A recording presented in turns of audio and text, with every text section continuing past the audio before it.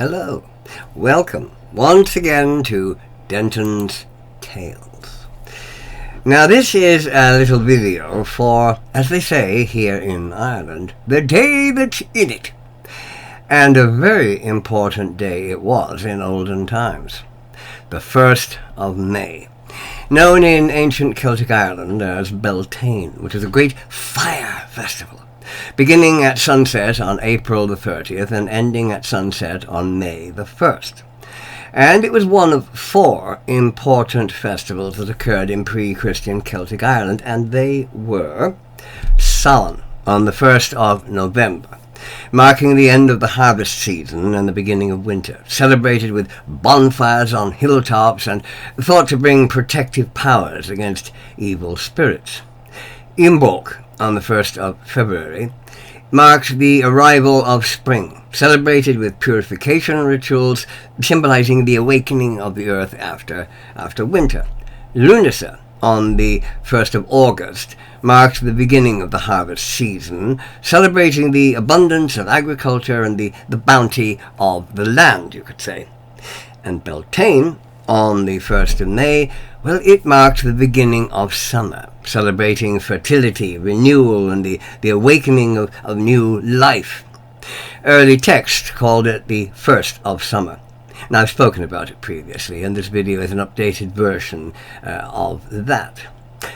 Now, Bealtaine wasn't only an Irish event, not by a long way. It was celebrated in other Celtic lands, such as the Isle of Man, Scotland, Wales, and in the Celtic cultures across mainland Europe, such as in Gaul.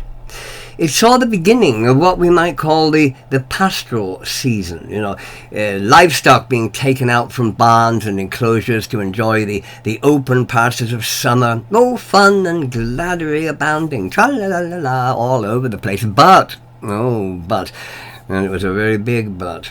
Yes, there's always a bit of a but in things, isn't there?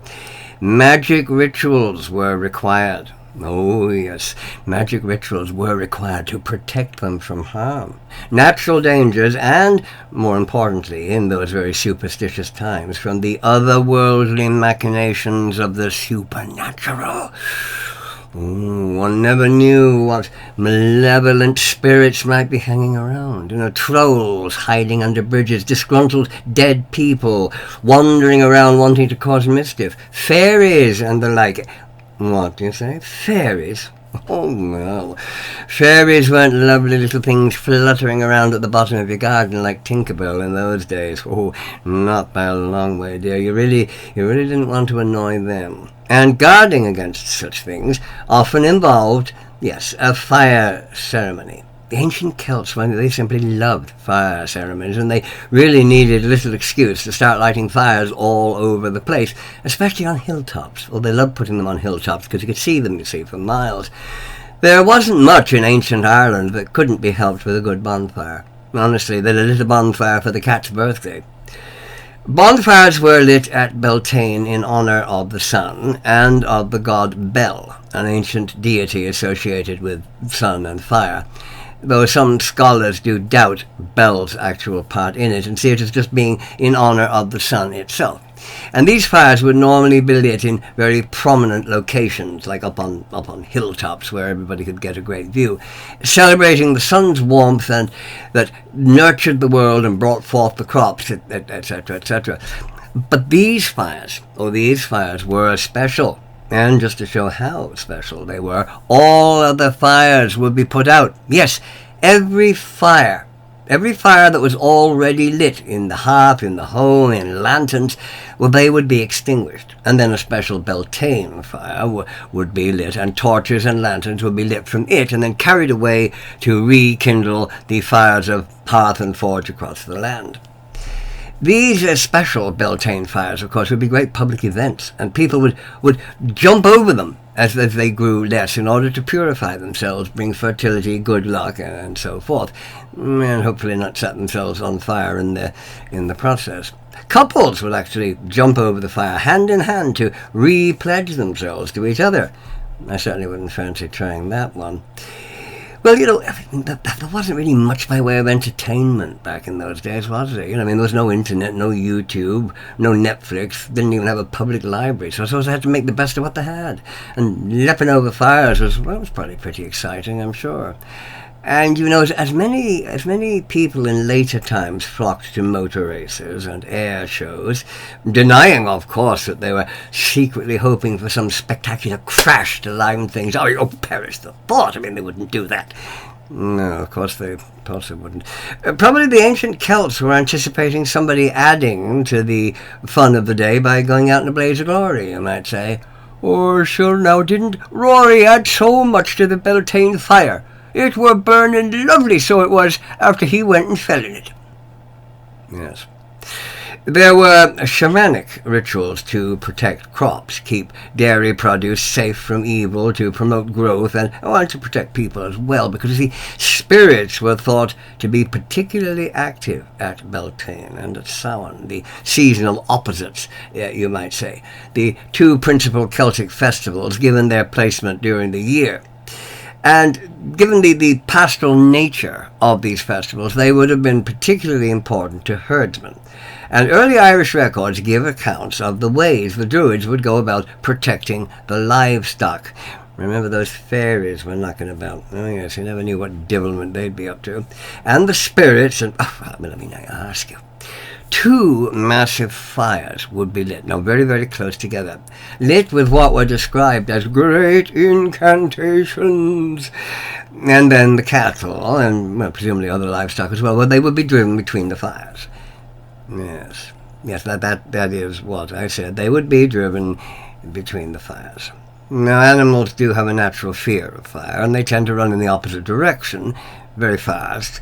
So if you try to drive a herd of animals, well, any animals really, but especially big heavy ones like cattle, towards a fire, or rather between 2 fires, 2 very large fires, 2 very hot fires, well, I wish you luck, dear. Just be sure your insurance policy covers stampeding animals.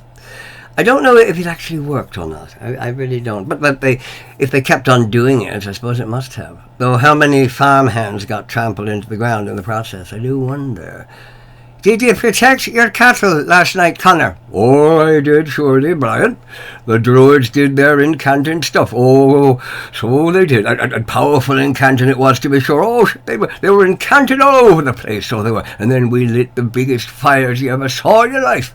Massive, so they were. Oh, you could see them for miles.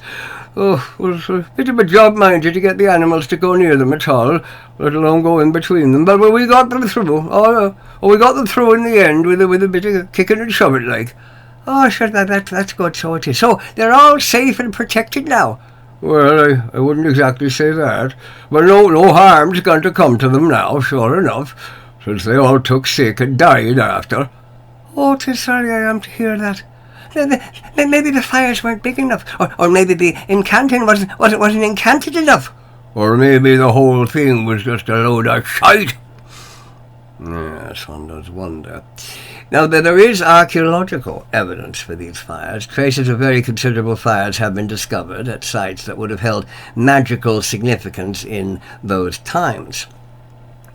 Old customs from Celtic times were still being observed, of course, as late as the 19th century, with Christian overtones, such as yellow or white flowers, primrose, marsh marigold, hazel, hawthorn, and gorse, for example, which was placed in doorways or in windows. Now, in Ireland as well as the Isle of Man and Scotland, the flowers made into garlands or simply scattered around the house at random, tra-la-la-la-la, here we go, gaily scattering blossoms. Oh, it's so lovely, doesn't the place smell nice? It really does.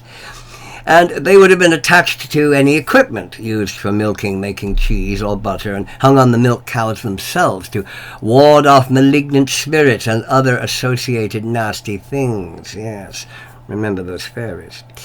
Small trees such as hawthorn, holly, and rowan would be decorated with flowers and ribbons, known in more recent times as the May bush. The practice was still common enough towards the end of the 19th century, and you'll find it in some places even today. Holy wells. Oh, now, holy wells were a big thing in Ireland. There are over 3,000 of them. You can't really throw a rock in any direction without maybe hitting a holy well of some kind. And most of these date back to pre-Christian times, but they were later, of course, appropriated by the church, their water being used to baptize the pagans early on, for example. Water the pagans were used to, and of course that helped in converting them. And later, the wells began to be associated with saints, and that continued down to the present day. These wells would have been visited on the 4 great festivals, but particularly at Bealtaine, the visitors moving around them with the sun from east to west, praying for blessings and protection and leaving various little gifts behind them. And that's not uncommon even today in some places. Now, here's a thing for any young women who may be watching this. Young women would go out on the morning of Bealtaine and they would roll in the dew.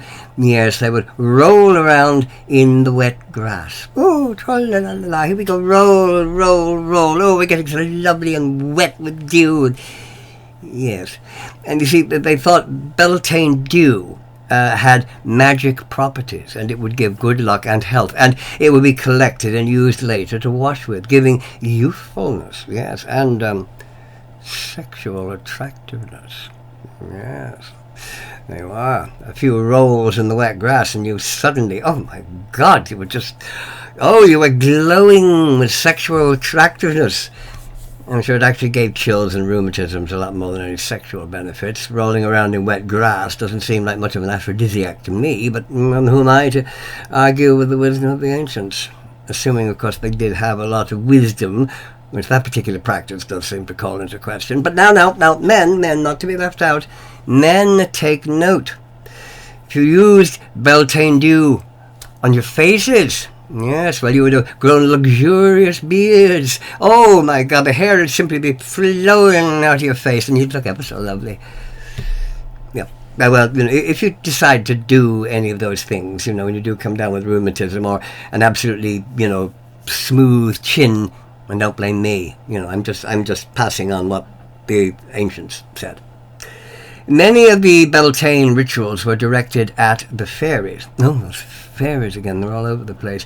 And at assorted spirits to stop them spoiling milk, for example, and other forms of supernatural devilment. But one particular entity that was seen as especially active at Bealtaine was the Chaliach, an old hag in some tales, able to create storms and to leap across mountains. So presumably a pretty athletic old hag. Mountains she has herself created with her hammer. Interesting. Water from a holy well could be used to give protection against her, yes, and given the 3,000 plus holy wells in Ireland, there would probably be one reasonably close by.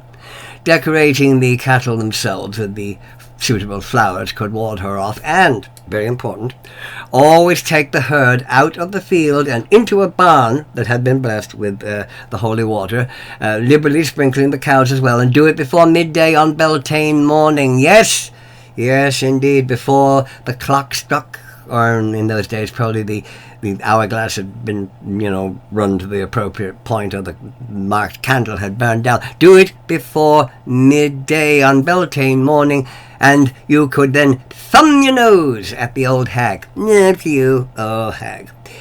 Now, there's a thing.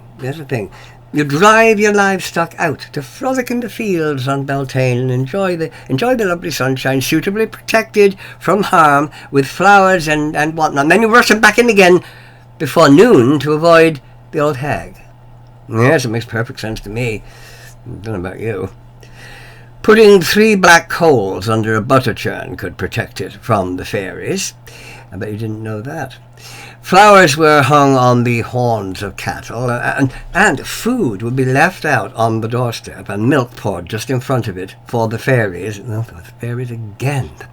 And that gave them no reason to go inside. Yes, I'm sure the local wildlife were quite pleased with that particular ceremony, I'm sure. Dairy products, of course, were seen as being particularly at risk from harmful spirits, and yes, you guessed it, the fairies, as well as crops, given the great reliance on agriculture in those days. Flowers were always closely associated with Bealtaine, used as decorations and as gifts, and one tradition of the May basket, as it was known, was to go to the home of someone you knew, leave a basket of flowers at the door, knock very loudly, and then run away as fast as you could, so there's nobody there when they open the door and find the lovely basket. Oh, the surprise of it must have been simply wonderful. Now, there was also an intimate aspect of Bealtaine. Oh, yes, there was an intimate aspect, understandable as it was connected with fertility. I mean, animals were going around giving birth, flowers were blooming, eggs were hatching all over the place. Reproduction was in progress everywhere. Bealtaine representing the fact that life cannot exist without sexuality. Oh, yes, this is the hanky-panky bit. Yes. So some rituals did have a sexual aspect. Well, you're getting interested now, aren't you? Maybe I should have started with this bit. Now, I'm not suggesting that you rush out and dance naked in the nearest sacred grove you can find. The Irish weather really doesn't lend itself to that sort of thing. But if you do, you would be following one aspect of the ancient pagan rituals. Must have been a very hardy lot in those days. You could see Bealtaine as a celebration of fertility, followed by the passion of life, resulting in rebirth, and honoured by fire, representing the warmth of the sun, without which life is impossible. Now, that doesn't sound like a good reason for a bit of hanky-panky, hearty-father. I don't know what does. So off you go. Do whatever you like, roll in dew or whatever. Bealtaine is a popular time for modern pagan weddings, handfastings, but they, and the maypole, around which people have danced for centuries, of course, may originally have been part of the ancient pagan rituals, though the latter, the maypole in that form, has only been recorded as far back as the 14th century. Given the old pagan customs of decorating trees and dancing around them, it would seem likely that it does date from much further back. So, all I can say is, enjoy Bealtaine, May Day, or anything else you would like to call it. Dance around with flowers, get the cattle into a barn before midday, roll in the morning dew, or just get romantic. It's really up to you. Until next time, I shall say goodbye for now. I hope you enjoyed the video.